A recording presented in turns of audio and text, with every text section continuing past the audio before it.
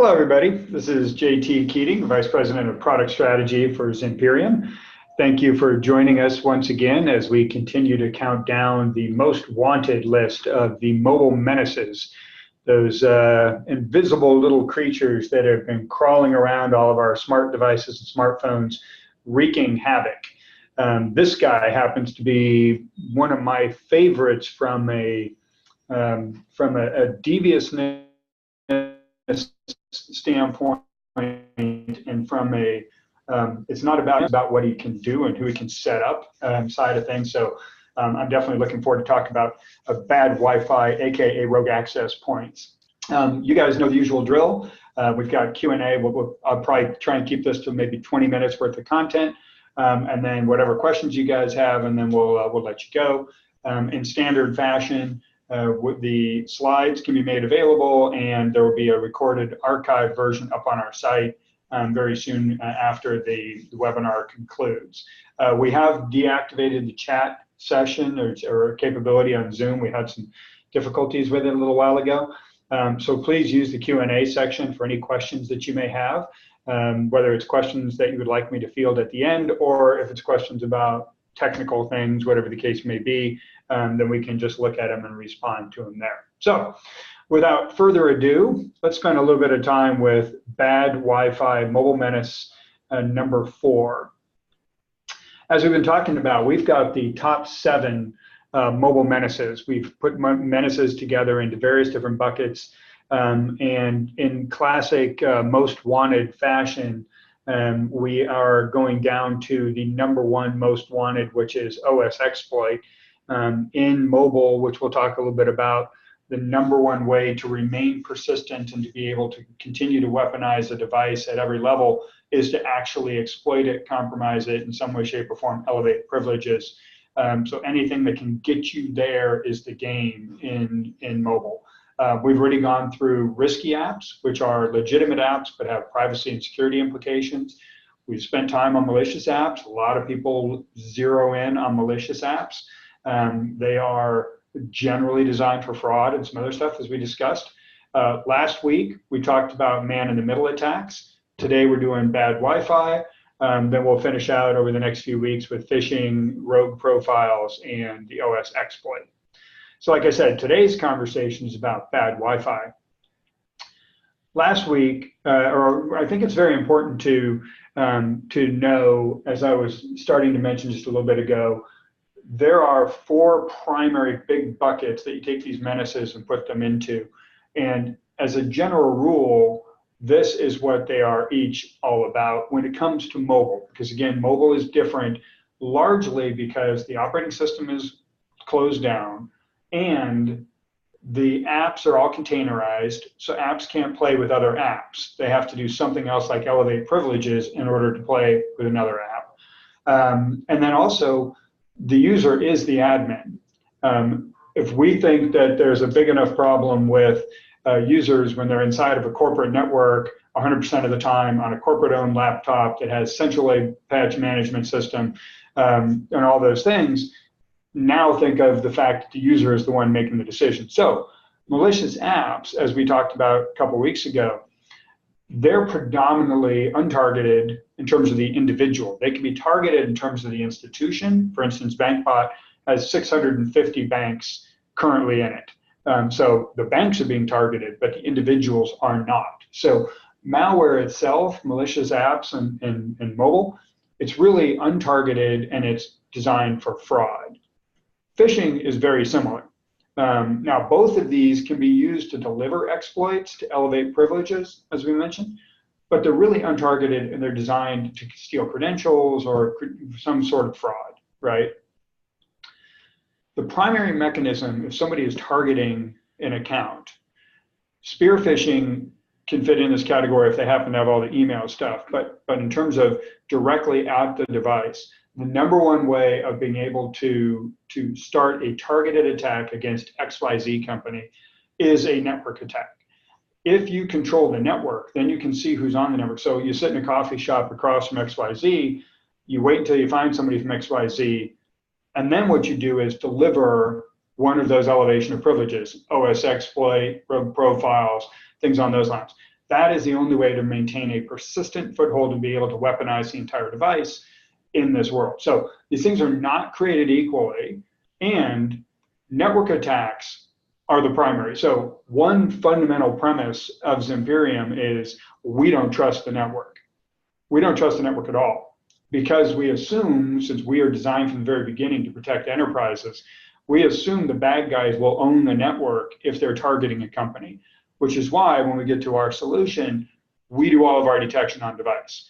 We do not rely on going to the cloud, because you can't rely on going to the cloud if the bad guy controls the network. So the network is the primary mechanism to deliver an exploit, weaponize, survey, etc. There's two primary big buckets. Last week, we talked about number 5 on the most wanted list, the man in the middle. Today, we're talking about number 4, bad Wi-Fi, AKA rogue access points. The reason man in the middle is 5 and rogue access points is 4 on the most wanted list is bad Wi-Fi has more capabilities. In bad Wi-Fi, they literally are controlling your entire experience right from your phone to the network and going out. They can do anything they want during that period of session because they completely own that environment. Most of the man in the middle, as we talked about last week, or a large part of the man in the middle, are surveillance, maybe hacking and trying to move you to a new website, dropping the SSL certs so that everything's in plain text, things on those lines. So bad Wi-Fi can do all of that and more, and that's why bad Wi-Fi is number 4. What are the goals? The goals are very similar to man in the middle, but again, just with a different emphasis. The goal is to steal credentials. The goal is to steal data, for sure. And even more so from a capability standpoint, weaponization. The ability to take advantage of that position to be able to see what operating system are you running. Is it out of date? Which historically mobile devices are woefully out of date. As a general rule, about 70 to 80% of Android devices are out of date, and about a third of iOS devices are out of date. Apple has a much stronger control and a direct control. When they come out with a new patch, they are the only ones who produce iPhones. They have the relationship with the carriers. They can push those patches out very quickly, but it's still up to the user to either set it as an automatic update or to update themselves, which is why you still have a lag there. And a lot of people that are using with Wi-Fi, if data is expensive, they don't want to do that stuff until they're actually on a Wi-Fi network, so they don't set it automatically. And then, of course, they might not be on the safe Wi-Fi network, which we're coming back to. On the Google side of things, when Google produces a patch, they give it to each of the handset manufacturers. Each of the handset manufacturers has to have a deal with each one of the carriers, and so it's a larger lag time to get the updates out. So basically, when they're sitting there in the middle of the network, they can actually scan, see what operating system these guys are on, see what exploit they've got that takes advantage of that OS, and capitalize on it. Or, since they own the network, they can direct you to a false website without you even knowing and deliver an exploit, take over the device, or a rogue profile, some of the other guys we're going to be talking about over the next few weeks. A couple examples. I like talking about this one because it's very James Bond-esque, but it also highlights a very important point. With all the smarts that smartphones have, the vast majority of all smartphones, once they've ever met a Wi-Fi, this is one of the dumber parts of the smartphone architecture. A phone that has already met a network, let's say it's Starbucks or Marriott or wherever we happen to be traveling all the time. Once we have that list on our phone, as soon as our phones meet or tablets meet a new Wi-Fi, the phone is the one that initiates and starts saying, hey, are you Starbucks? Hey, are you Marriott? It's up to the network to say yes or no. Legitimate networks don't say yes. But a rogue access point that's trying to emulate Starbucks or emulate Marriott will say yes. And it's literally that simple. So in this case, what the Russians did was they actually bolted a bad Wi-Fi, what's called a pineapple, a rogue access point, onto a drone. This is last fall. And they flew the drone around a NATO base, and 4,000 soldiers' phones said, "Hey, are you NATO?" And it said, "Why, yes, I am." And they connected. And 4,000 phones were compromised, microphones turned on, troop movements noticed.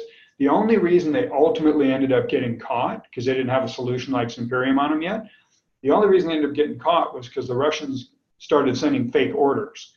And people started comparing notes, and they're like, "I didn't send that order." Otherwise, they could have been up there hanging around forever, simply because this bad Wi-Fi said, "Yes, I am," when those phones tried to connect to them. So that's kind of a cool kind of nation state one. I've got some that are much more mainstream when we get into do an example here. So how do we fight bad Wi-Fi's, right? I mentioned that we don't trust the network from the very beginning. So Zimperium, what we do is we have one core engine, and that core engine is called Z9. And it does machine learning-based detection of threats, device, network, phishing, and malicious apps on device. It is trained in the lab. It is trained in the cloud with 50 billion data points in tens of millions of devices. Once we understand what dictates what is the pattern that says this is a specific device attack or a specific malicious app, for instance, that combination of system elements is what is actually put down on device. So it's not a signature. What it is actually system elements that when they roll up with high efficacy, because we train for each one of these, we've trained in the lab for years across each one of them to get high efficacy. It enables us to do real-time detection on device, even during a network attack. So we can be doing real-time detection. If we detect a network attack, for instance, we can do some local remediation, or we can do remediation through our EMM partnerships and terminate that network or take some other kind of an action against it. So Z9 is the core machine learning-based engine that detects mobile threats on device. It can be delivered out in one of two ways. One way is what's called ZIPS. That stands for Z Intrusion Prevention System. That is basically next generation antivirus or endpoint protection, if you will, for mobile devices. It runs 100% of the time. If you're trying to protect the device and the data that's on that device, corporate owned, BYOD, et cetera, you would utilize ZIPS to protect it because it's designed to protect the device and the data that's on the device. We also have an SDK, software development kit, called ZApp for in-app protection that can take that exact same engine and put it inside of any mobile app. So in that case, you're not trying to protect the device 100% of the time. What you're trying to do is protect the session that you're having with that device. So for instance, we have a very large financial services customer that is using ZIPS to protect hundreds of thousands of employees, and they're using ZApp to protect almost 30 million mobile banking users. Different use cases, different sessions, but both of them are basically saying, we don't trust the network, and frankly, we don't trust the device because the users are the admins. So how do we actually protect them? Either one of those, once they're out there, the data comes into what we call Z Console, which is our web-based or cloud-based management console. Because we're doing all of our detection on device, our console is not locked into one cloud.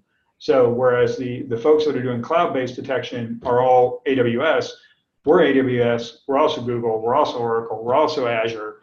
It doesn't matter to us. So companies that want to have some flexibility or have a choice other than AWS as their primary, that's one of the reasons that they really like using our stuff. Behind Z Console is a capability called Z3A, that stands for Advanced App Analysis. When I talked about Mobile Menace Most Wanted number 7, risky apps, this is our database for that. We did have an OEM relationship with the leading provider in that space, a company called MI3.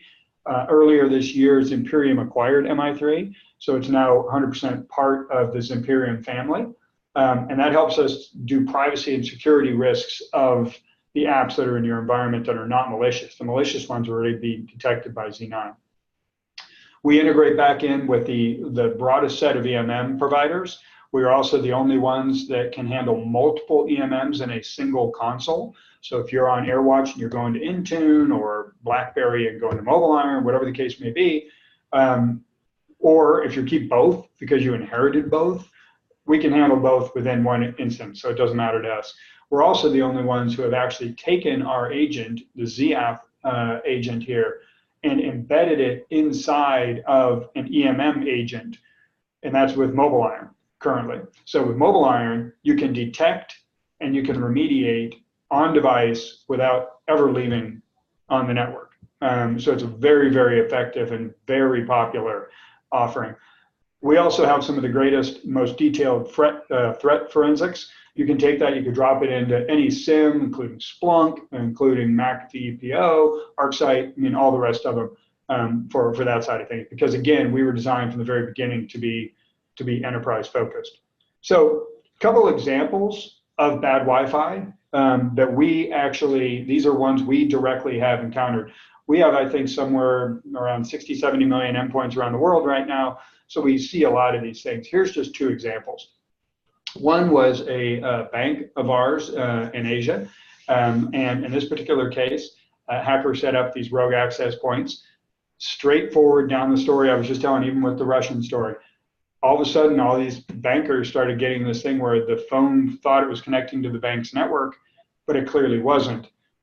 The ZIPS protected phones immediately detected and disconnected all those networks, reported it. So that rogue access point was not able to weaponize, was not able to do surveillance, was not able to steal data. So literally it was just, they were roaming through the city and that's what happened. And speaking of roaming, another one of our customers in the Silicon Valley has a bus that will, go up and down from San Francisco down into the valley. And they noticed that on that bus, it actually had a Wi-Fi network that was the name of the bus. It's XYZ Corporation Mobile Wi-Fi, whatever the name was. Well, somebody was actually following the bus and pumping out a stronger signal with a rogue access point, trying to get these users, and they did get users that weren't on the ZIPS device yet, to actually connect to their Wi-Fi, thinking they were on the safe corporate Wi-Fi. Think of the ramifications of a Silicon Valley major company with all of the things they're working on, all the innovations, all the IP, it just being wide open. And fortunately, in this case, we detected it was ZIPS. We were able to make sure that all the people on the buses going forward would have ZIPS. We're also able to figure out some other strategies to prevent that sort of action from occurring again. But the fact is, it is very, very, very real. When we did the first 30 days, we rolled out ZApp inside of the mobile banking app of our financial services customer. We detected somewhere around 7,000 rogue access points. Now, the interesting thing about that is ZApp, the SDK, only detects when the app is having a session, which means versus ZIPS. ZIPS runs 100% of the time, like for the Silicon Valley company here. With ZApp, it only runs when the app is open, which means there were 7,000 active attacks just with rogue access points during actual banking sessions. So pretty staggering number. And part of it is because just like phishing, it's easy to do. You don't need to be a technical expert to put up a phishing site. You don't need to be a technical expert to sit in a coffee shop with a pineapple. It takes no expertise at all. So it obviously becomes very, until the easy things are shut down, this is always a game of chess. Until the easy ones are shut down, there's no reason to go complex. And unfortunately, the bad guys are good at what they do. And this happens to be a very, very important part of their arsenal. So that is our story around bad Wi-Fi. They are very, very, very real. They're very easy. They're not just nation state. And they are the primary, along with MIDMs, the primary vehicle to deliver targeted attacks against companies. And as I was saying, even though the bad guys are bad, we have to assume that they're very good at what they do. And they're very efficient at what they do. And so they are going to continue doing the thing that gets them to the target they're after the fastest by doing things like the bus for the Silicon Valley company. So that's the story. Thank you guys very much for joining us. I'll stop for a second and see if we have any questions coming in.